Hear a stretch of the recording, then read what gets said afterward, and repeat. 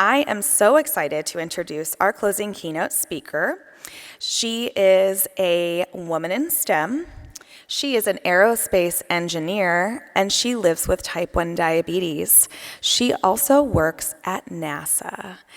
Here with us, April Blackwell.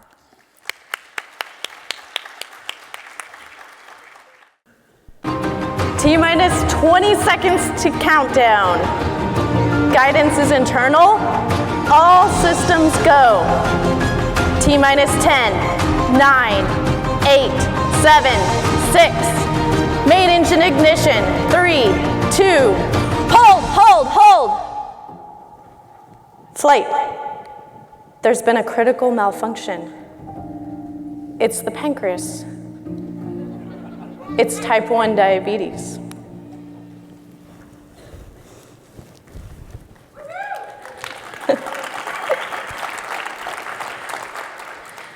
Hello, my name is April Blackwell. I'm an aerospace engineer who loves a good countdown, and I also call myself a spreadsheet queen. And yes, I have type 1 diabetes. And even if you aren't a self-proclaimed space nerd like myself, there's probably something we can all relate to. I'm not sure if my slides are going here. There we go. Houston, we have a problem. It's our pancreases. Type 1 diabetes did not ask for permission. It just launched itself into my life, unapologetically, without remorse. I was in the middle of the countdown. All systems were go, and just like that, they weren't. I didn't get to choose the malfunction, but I have worked every day since my diagnosis to preserve the mission. You hear a lot about the what around here, right? Like, he's a race car driver with T1D, or she travels the world effortlessly with T1D, or they're a family of 5 T1Ds. Really incredible stuff. But today, I want to focus on the how.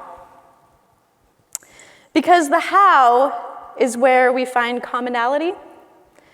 It's where we hear the struggles behind the rainbows. And it's where we can all learn from shared experience. So today, I want to share my trajectory so far. From the initial launch, mid-course correction burns, period of posigrade and retrograde orbits, and expanses yet to be covered. And if all of that feels really nerdy, my handle online is Nerdy April, okay? Like, you have to expect some nerdiness. We're gonna get through it together, though. I'll be sharing some of my lessons learned, some of my favorite quotes and mantras, and my hope is that they can positively impact your trajectory with T1D. So in this diagram, just to orient you a little bit, we're going to be starting from Earth. We're going to start our trajectory. The first mid-course correction burn there, denoted by the red star, is the moment of diagnosis.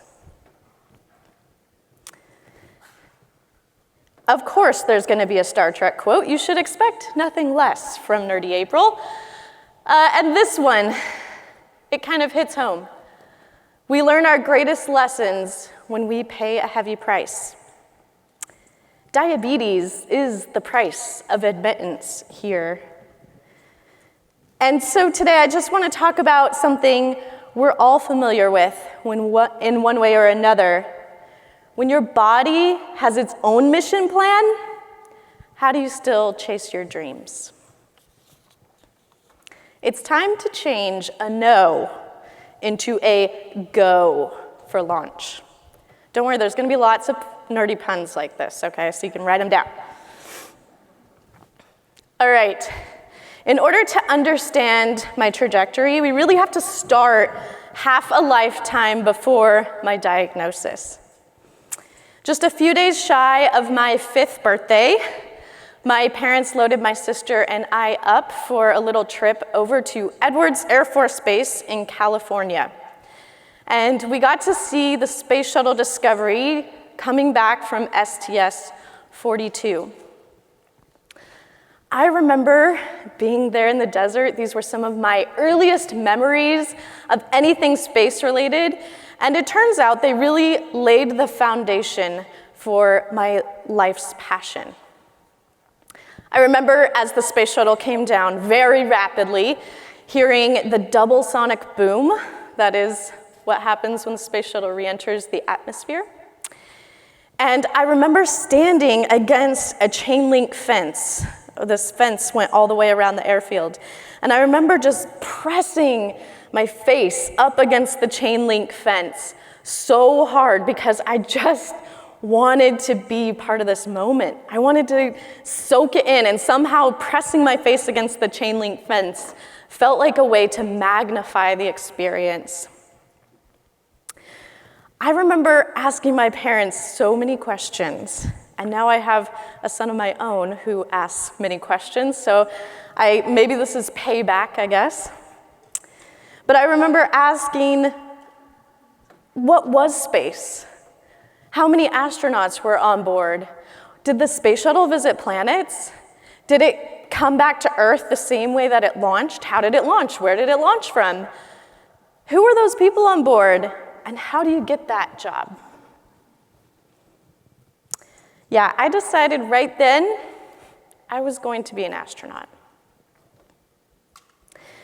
You could say it was a normal kindergarten obsession, but by 1st grade, I had checked out all the books at my elementary school library multiple times.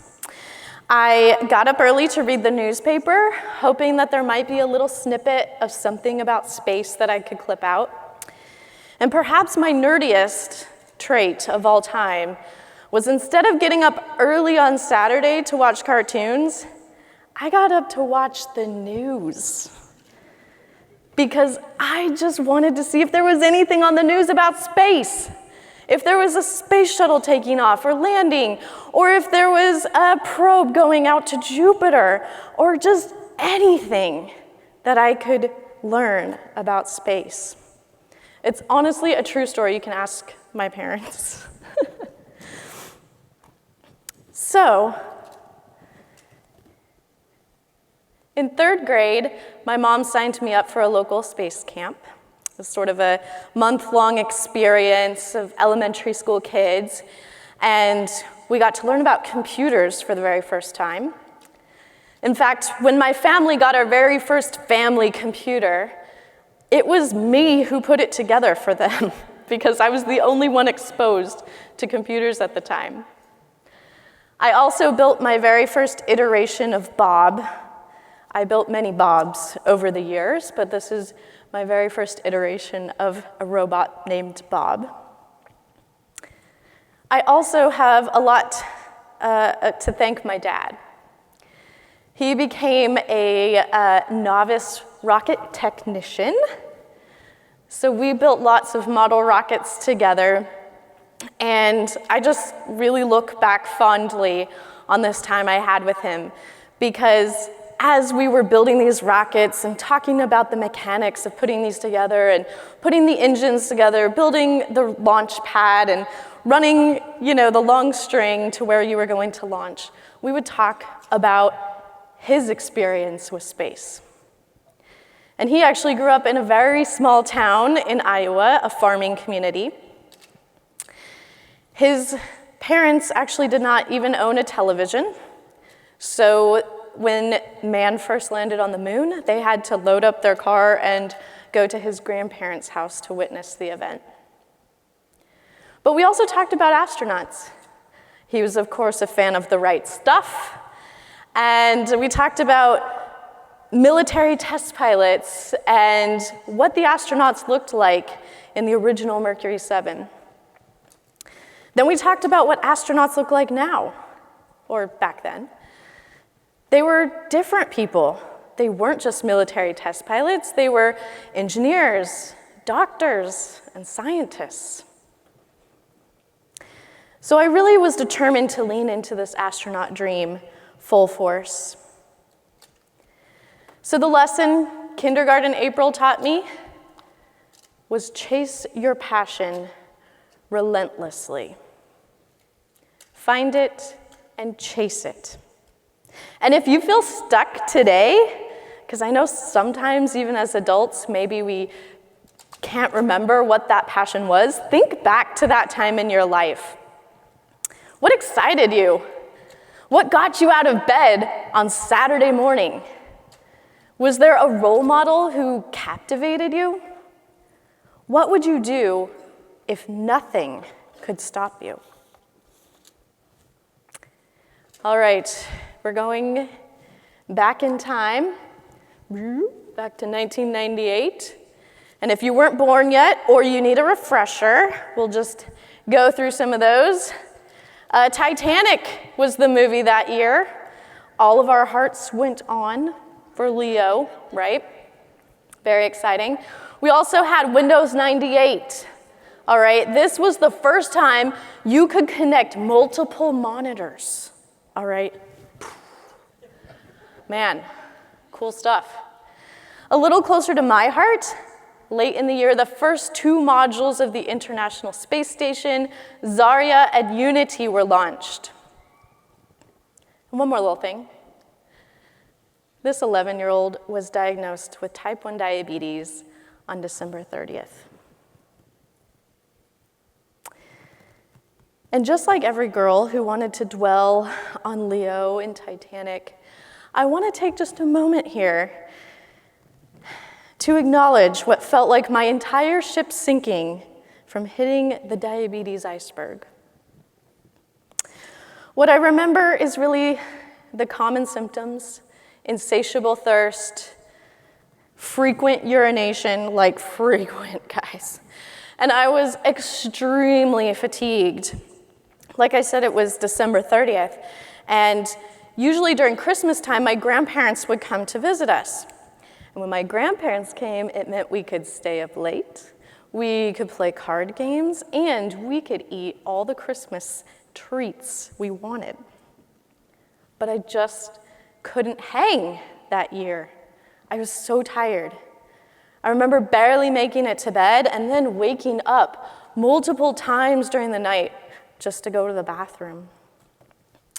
And then my mom, I love, love, love my mom. She employed an old wives' tale. She thought I had a urinary tract infection. And if anyone knows the old wives' tale about UTIs, it's treat it with cranberry juice. Yeah. So my mom loaded me up with some cranberry juice. Turns out that didn't help the situation here, right? Yeah. My parents finally took me to the pediatrician's office, and the whole time is a little bit of a blur in my mind. But I remember going every day for an entire week. And I have no idea what the doctors were even telling my parents during this time. Like, why were we going every day? I'm not really sure. I remember having to pee in a cup every time, and I joked about being able to pee on command. You have to joke about it because, you would wallow.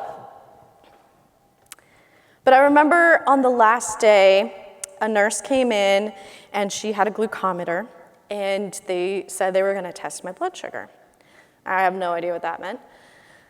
She took the blood. I remember, her doing all the logistics of it. And then after the reading popped up, I remember her going through this out loud thought experiment with us. There's no way this number could be right. The test strip must have been contaminated.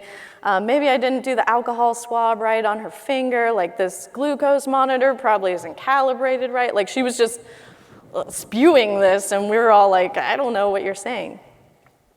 And I remember the number was 250. After that, the doctor came in, very gently talked to us and said, it's type 1 diabetes. It was really quiet. None of us really knew what that meant. But we were told we had to load up and go to the children's hospital down the road because they would help me stabilize my blood sugar and learn how to take care of myself. And I remember getting in the car, and my parents had been very calm and cool about this whole thing. But when we got in the car, I remember my mom just losing it. Huge tears. Clearly something was very wrong. At that point, I had no idea what any of this meant. I had no idea if this was temporary, if it was something that was going to be here forever. I didn't know what even the treatment was going to be like. I had no idea what was going to be ahead of me in the next hours, days, weeks, months, years, now decades. No idea. But my mom's tears told me it was probably something serious. I didn't know it then, but this diagnosis was the beginning of my engineering career. It was my first big problem-solving challenge, but the system I had to learn was my own. Have you ever had a diabetes-induced midlife crisis? Anybody? Okay, a couple brave people out there. I did. Diabetes, it turns out, is an automatic disqualification to become a NASA astronaut. Still is. And so, more than dealing with all the shots and carbohydrate counts and blood and potential complications, I was devastated that I had to choose something else. Because up to that time, that's all I could think about. That's all I wanted. And I wallowed there in a bit, right? Does anyone remember those Calorie King books? Is anyone old enough for that?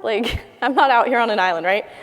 Okay, this was before smartphones and apps, all right? This was you have a book with the carbohydrate counts in it, and you better be looking that up, right?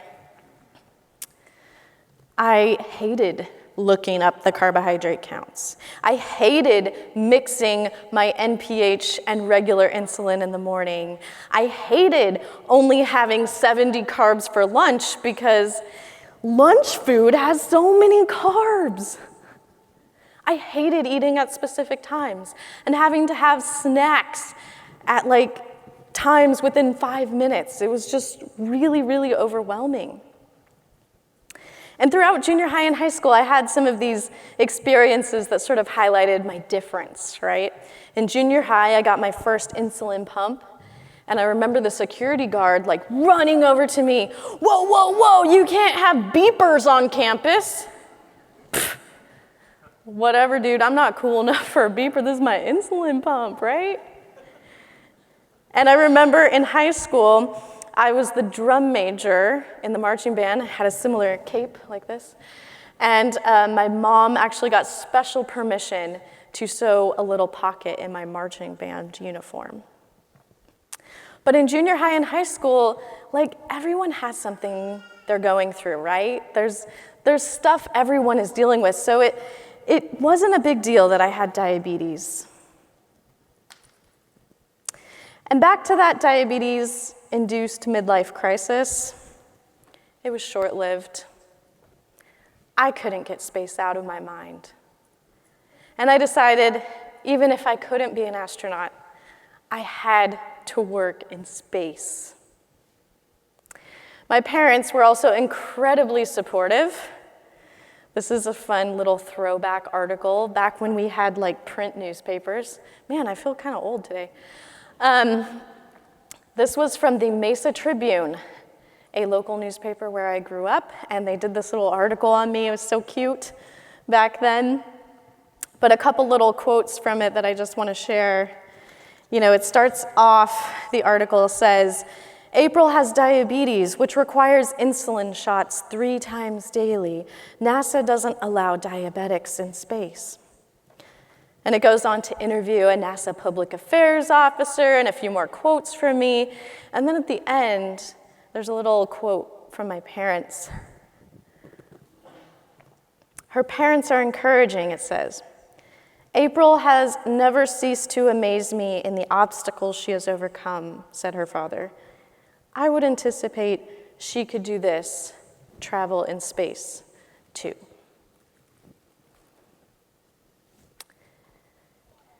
But things changed once I got to college. I was just experiencing new things like we all do in college, right? And I was, thinking about how to introduce myself to my friends. And it wasn't, hi, I'm April, the type 1 diabetic. It was, hi, I'm just April. Kind of hid my diabetes a little bit. We also didn't have CGMs back then, so my parents couldn't follow me. And I sort of had to just do this thing on my own. It was also the first time I was really immersed in the lack of gender diversity in engineering. As you can kind of tell by this picture, some of my friends from college. So there was a lot going on, and some things sort of compounded. And I found myself in an unstable orbit.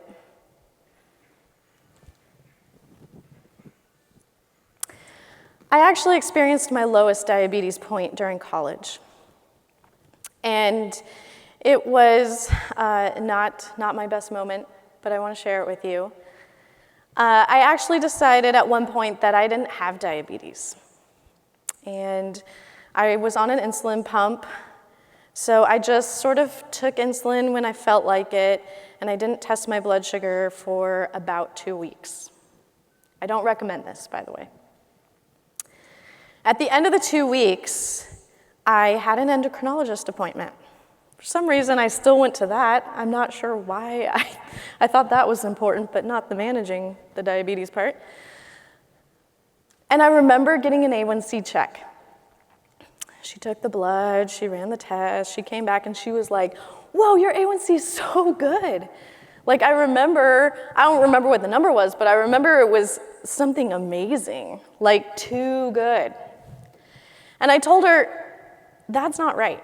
Go back, let's do another test. She was kind of perplexed, because if your number is so good, why would you want another test? But I remember her obliging, she went back, did another test. Guess what? Came back way higher. Much more in line with the management style I had chosen over the last 2 weeks. I also faced my first HR problem. I actually asked my Instagram followers if I should share this story. They said I should share it, so you can blame them if you don't like it. But I've actually never told it publicly, and it was a little traumatic. And there's sort of two sides to it. So the first side is a very sexist portion. The men I was working with decided my last name rhymed with something sort of inappropriate, and so they would call me this nickname during my entire time as an intern, which actually didn't bother me because I was prepared for it. As a woman in STEM, you're kind of just used to, the professor not looking you in the eye when you're answering a question, but looking at your male counterpart. And you're used to some name calling. It's just kind of part of the deal. But what I wasn't expecting was one day we were doing a test, and I had to check my blood sugar because I was lazy and I didn't want to walk back to my desk or to the bathroom to go check it, and so I just did it right there with the two other engineers I was with and the technician. And after I was done, one of the engineers, just sort of out of nowhere, he was like, hey, you know what? My wife can cure diabetes. What? Come again? Yeah.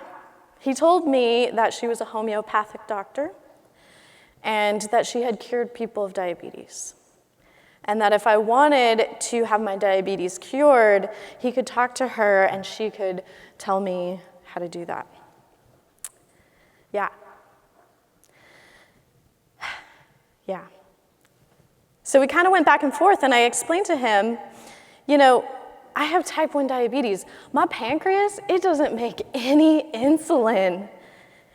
I have to take shots every day. I have to check my blood sugar. And I need insulin to live. He was really adamant. Like, I'm not really sure why he was so adamant. He was a mechanical engineer, not a doctor. So I'm not sure why he got so passionate about this, but we kind of kept going, and at one point I sort of just snapped. And I was like, dude, don't you think if there was a way that I could get away from doing shots every day and seeing blood and talking about complications and having to count every single carbohydrate I eat, don't you think I would do it? Don't you think we would know about it? He sort of backed off. And I thought about it all that night. It just sort of kept me up. Like, should I go to HR about this? Like, this kind of, I don't know, because I really like the job, and I actually really like the work. I'd love to get a job here after college. I don't want to be that intern, you know. So I didn't go to HR about it. And the next day, he came back, and he actually sort of like half-assed apologized to me. He said he had talked to his wife, and she was talking to patients that maybe had a little insulin resistance, and she helped them find a diet that sort of worked with their insulin resistance better. But it was kind of the worst internship of my life.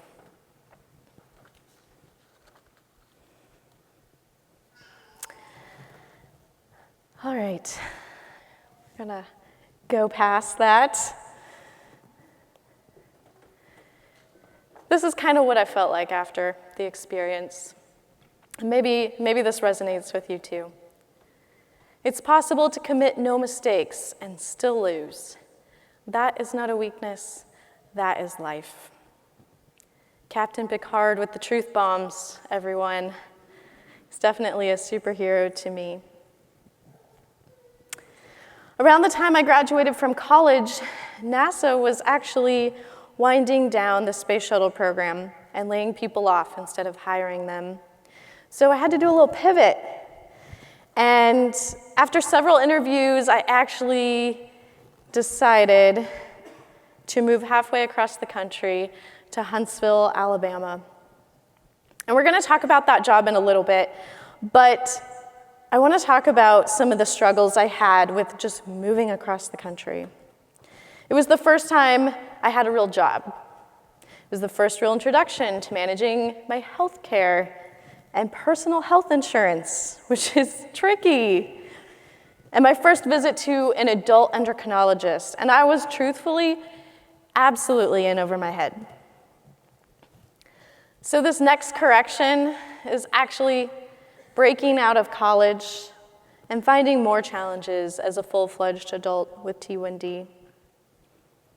I asked a local type 1 friend who her doctor was, because once I moved, I needed to find a new endocrinologist. And I should caveat that she was diagnosed as an adult.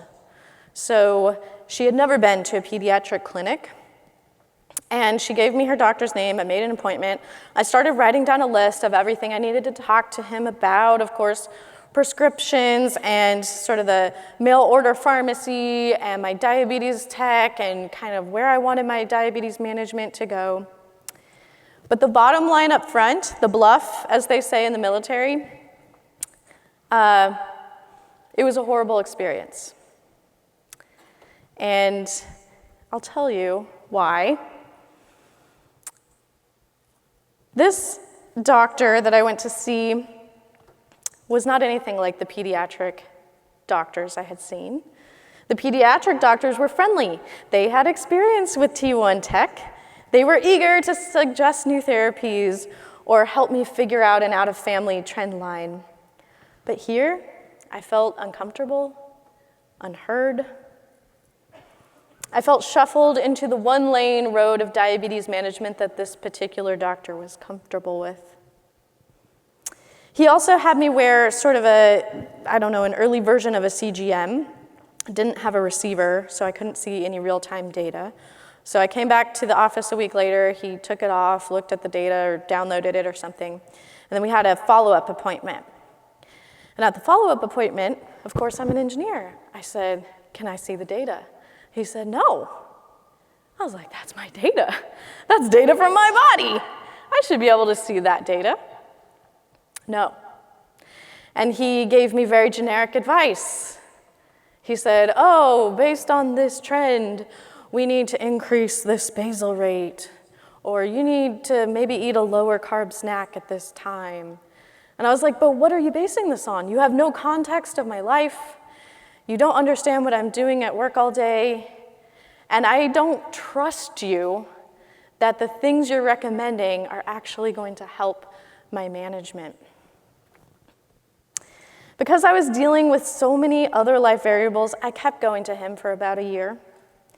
And my then boyfriend, now husband, hated it every time I went because I would be an absolute wreck afterwards.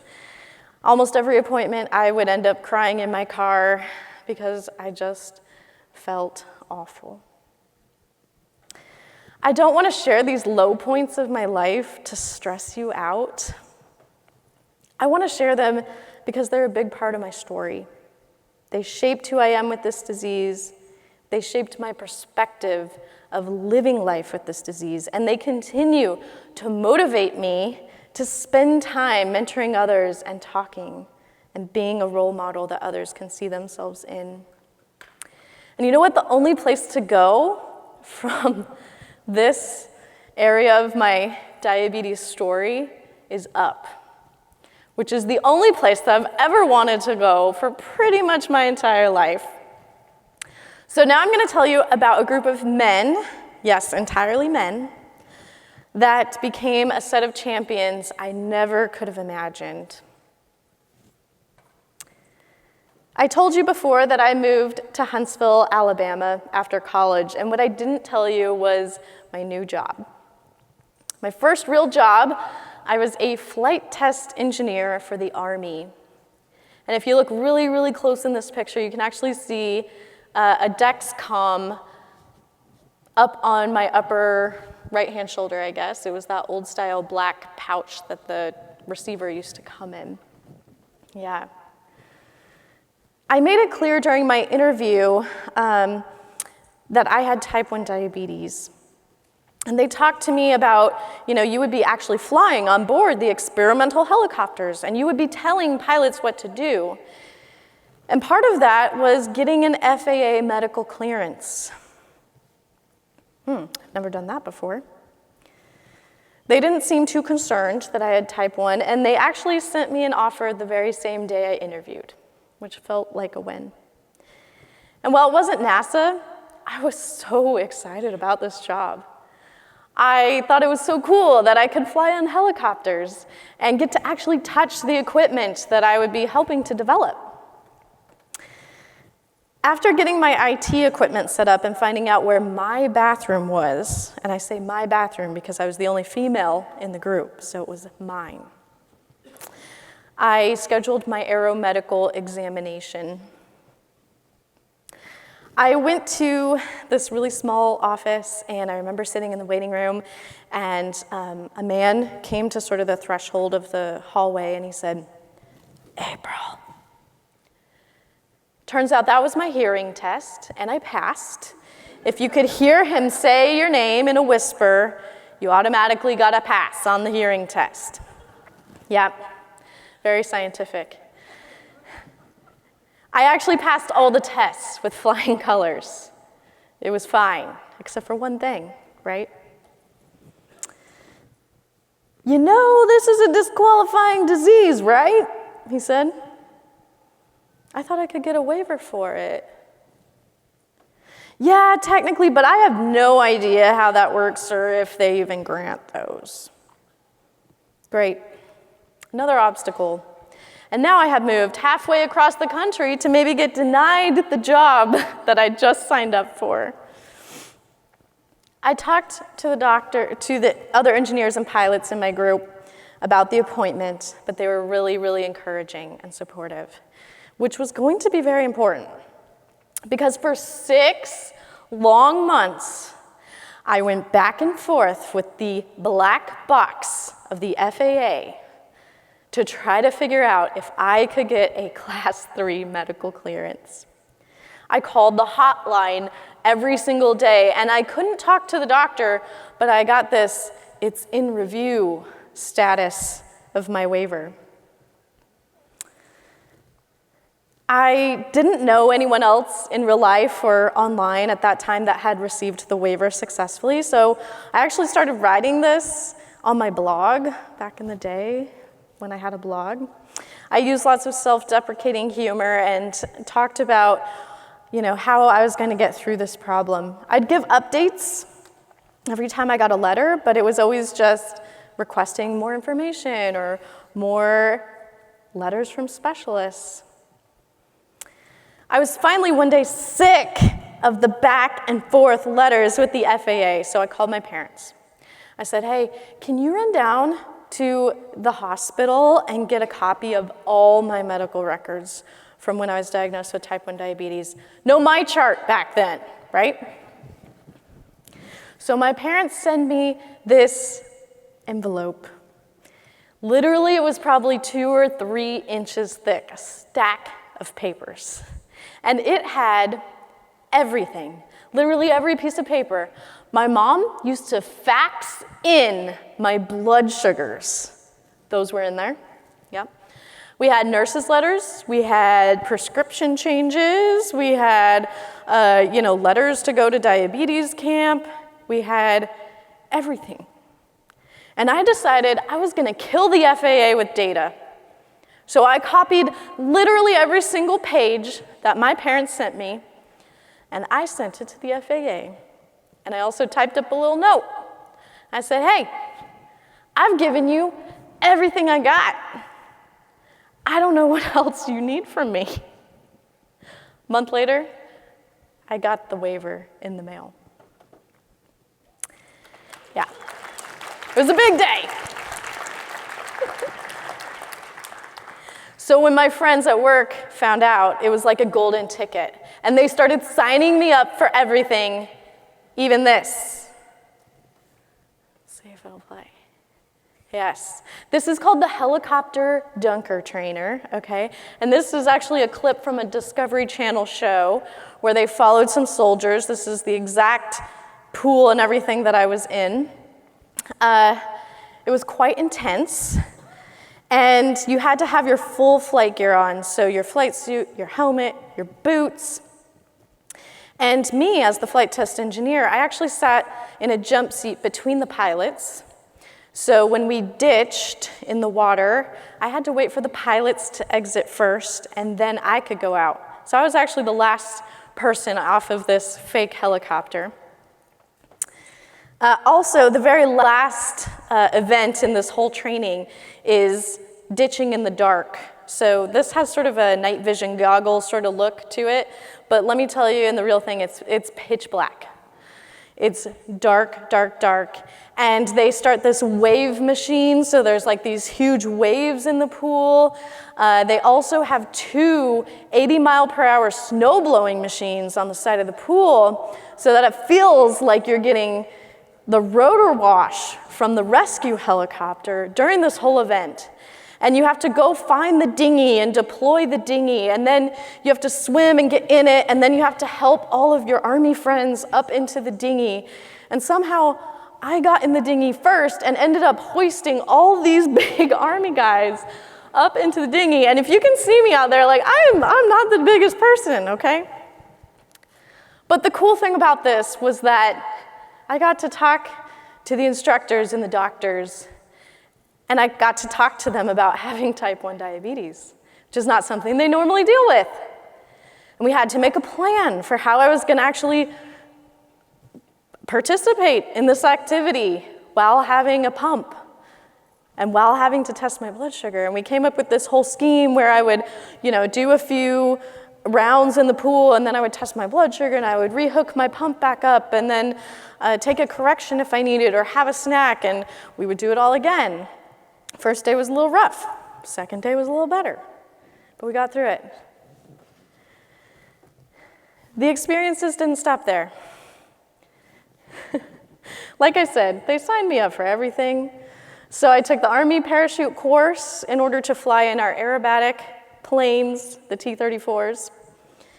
And I did a round in the altitude chamber, another fun diabetes experience because I had to do my pre-breathe in sort of an antechamber and then take my pump off, hold my breath, run into the main chamber, and hook into the oxygen system for the actual decompression event. Very fun to talk the doctors into letting me do that.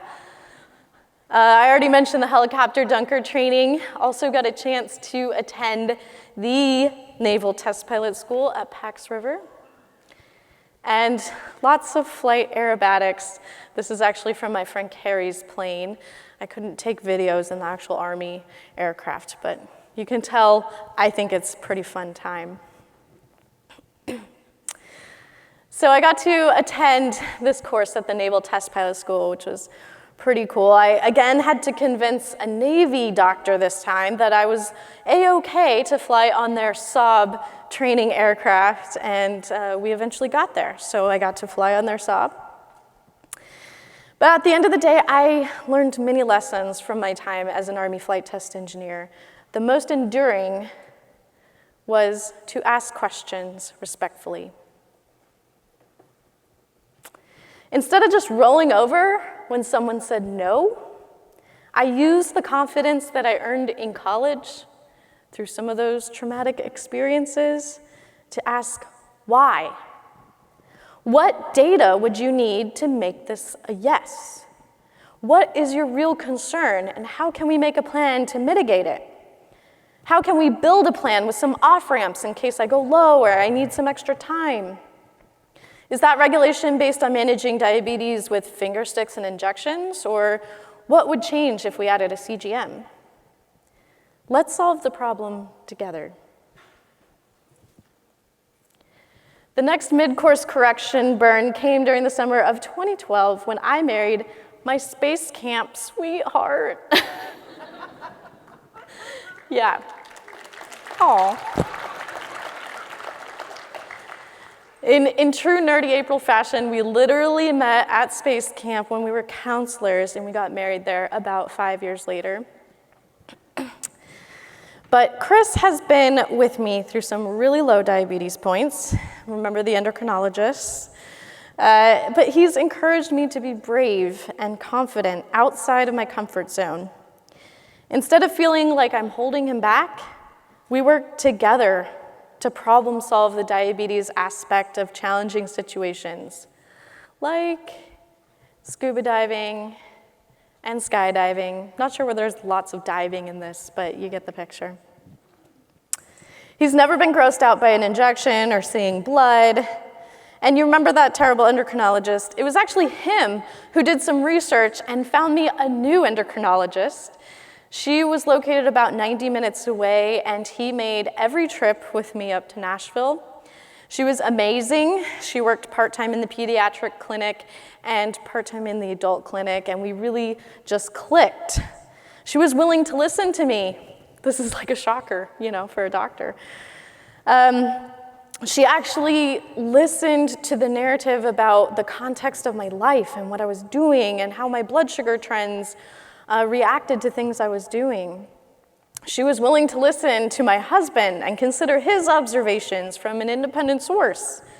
She introduced me to my very first CGM. But back to Chris. He's always been ready with a snack for lows or water for highs. He's advocated for me countless times, including one time when a very pushy water softener salesman told us he could cure diabetes if we purchased his water softener system.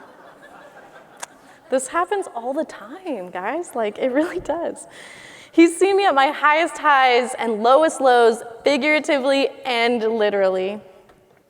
So it's safe to say this correction burn has been one of the most exciting and enduring of the whole mission. It's continued to positively influence the follow-on burns and ultimately lined me up for the next adventure that was coming at us. Superheroes need squads. People with diabetes need champions. So it might surprise you to hear that I didn't tell Chris when I applied to NASA. I was so sure that I was not going to get the job, and I knew if I told him that he would hype me up, and then I would feel really bad telling him that I didn't get the job. So when I finally told him just a couple days before I was going to go to the interview, I was traveling a lot those days, so it wasn't super weird. I told him, hey, I have this little interview in Houston, I'm going there. And he said, oh, I guess we're moving to Houston now. I've never been there. Maybe you've never even been to Texas. But that's fine, we'll figure it out. He turned out to be 100% correct. Yeah.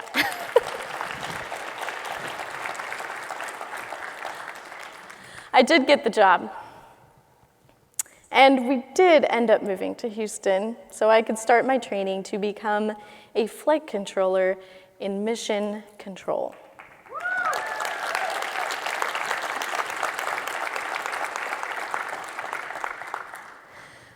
But Houston had a few challenges too. Immediately upon arrival, I got started with my 2-year training course. In order to become a flight controller for my position, it's almost like a second master's degree. The first year or so, some classes and homework and oral examinations, and then you move on to the simulation portion. But after you get past that first year, there's sort of a high washout rate. So once you prove yourself, that's when they schedule your medical evaluation. So I was pretty familiar with this process after dealing with the FAA.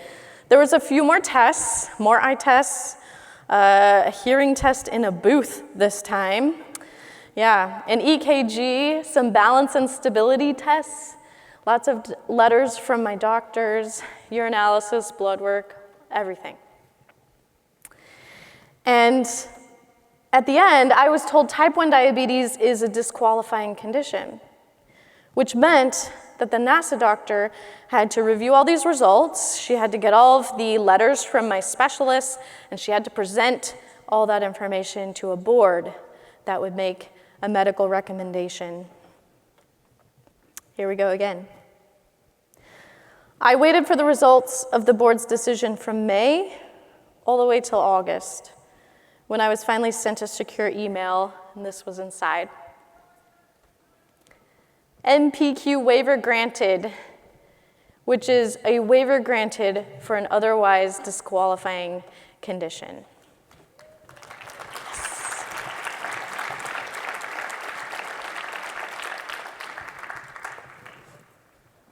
And the technical side of the story is I passed. Yeah.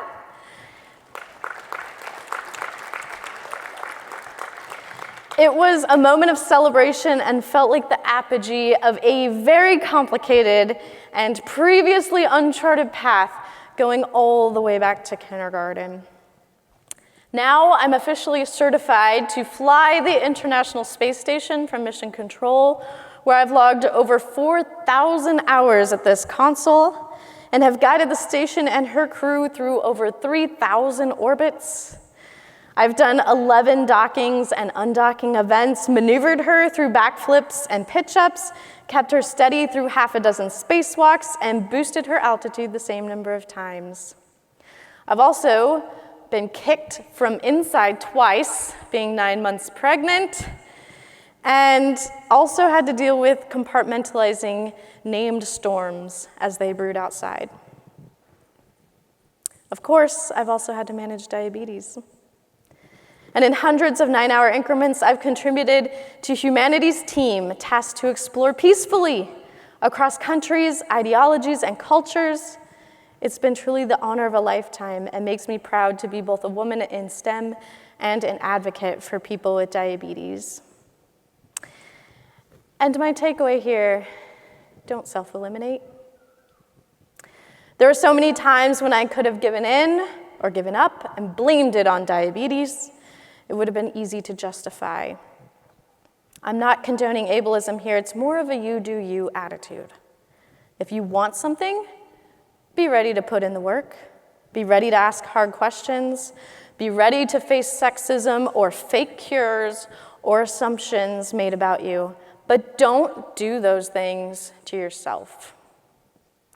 Don't repeat a false narrative, like I could never pass that physical because I have diabetes, or they would never let me be responsible for a space station traveling 5 miles a second with 11 humans on board, 250 miles up in space.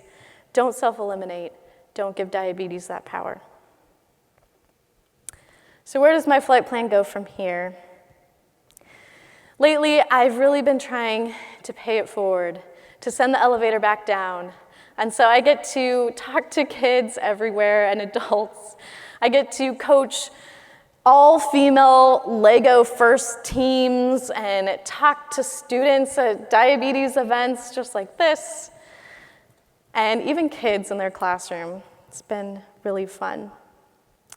One of the things I like to share when I talk to people about diabetes is sort of this unique coping mechanism that I've had over the years. I love this picture from the James Webb Telescope taken about 3 years ago. It's really mind-blowing. And if you go online and look at this picture, you can actually like zoom in and zoom in and zoom in and zoom in. And what you're seeing are thousands of galaxies. And the even crazier part is the area of the sky that this represents is if you placed a grain of sand on your finger and held it at arm's length. There are that many galaxies. You can also find a similar effect on a little bit smaller scale. Just a few orbits around our amazing planet can have a really similar effect. Astronauts describe this overview effect as a profound feeling once they reach space and look back down at Earth. From Earth, not from Earth, from that vantage point on a cosmic scale, it helps me to think through, all the things that I deal with diabetes. When I feel that vibration of a high glucose alert or feel a pinch as a needle's inserted, it helps me to calm that anxiety when I think about pictures like this and think about the cosmic scale we live in, because I don't need to spend a whole bunch of mental bandwidth dealing with diabetes when this is out there. But these astronauts talk about, the countries are borderless and the planet is fragile and remote and floating in the vastness of space. It's amazing how a vantage point just a few vertical miles up can change your entire perspective, not just physically, but philosophically. So I want to give you just a moment of space to reflect, and instead of thinking about all the ways diabetes may hold you back, consider what it's already done, how much you've already overcome, how much it has shaped you, and all the possibilities it may open.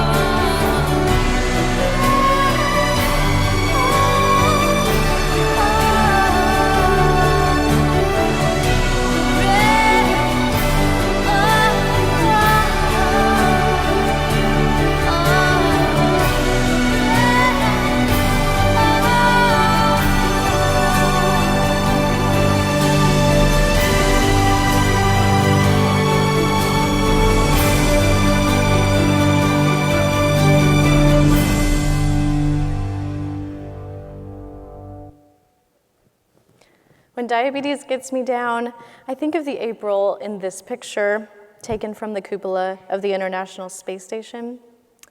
She doesn't feel the physical weight of a complicated and frustrating disease pushing down on her chest. She's not grounded by outdated medical recommendations or limiting regulations. She's free. She's liberated. So is this the end of my mission? Is the trajectory complete? As 7 of 9 says, to the newest member of our crew, may all her desires be fulfilled except for one, so she'll always have something to strive for. There's still a piece of the flight plan left unflown. People with diabetes deserve to be in space. And more than that, people with diabetes shouldn't be held down, pressed with the extra gravity of stereotyping, antiquated rules and regulations, or forced out because someone just doesn't want to answer our question of why. Whatever your mission, you are mission critical. And sometimes it's those elements of life that cost the heavy price. Those become the catalyst for success. For me, a diagnosis of type 1 diabetes unconsciously shaped my life's trajectory. And the very thing that made me question everything at age 11 became the thing that made me the engineer, the wife, the mom, the self-proclaimed nerd I am today. And it hasn't taken away my ultimate dream, but challenged me to think beyond myself. I still want to be an astronaut with every fiber of my being, but now it's also the idea of carrying a community, this community, of dreamers and doers and questioners and superheroes along to launch the first T1D in space.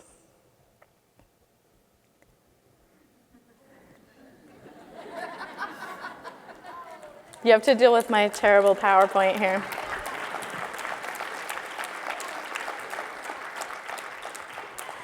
I want to leave you with this Latin phrase, ad astra per aspera, a rough road leads to the stars. Everyone has rough patches in their road, and in this room, we probably understand that more than most people. But if diabetes is the roughness in your road, I can't wait to see how bright your stars are. Thank you.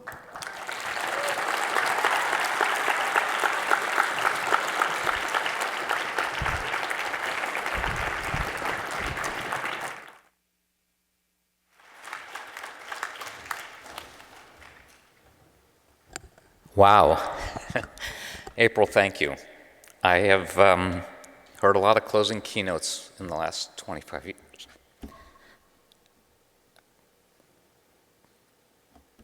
And I think that's the most inspirational. Thank you.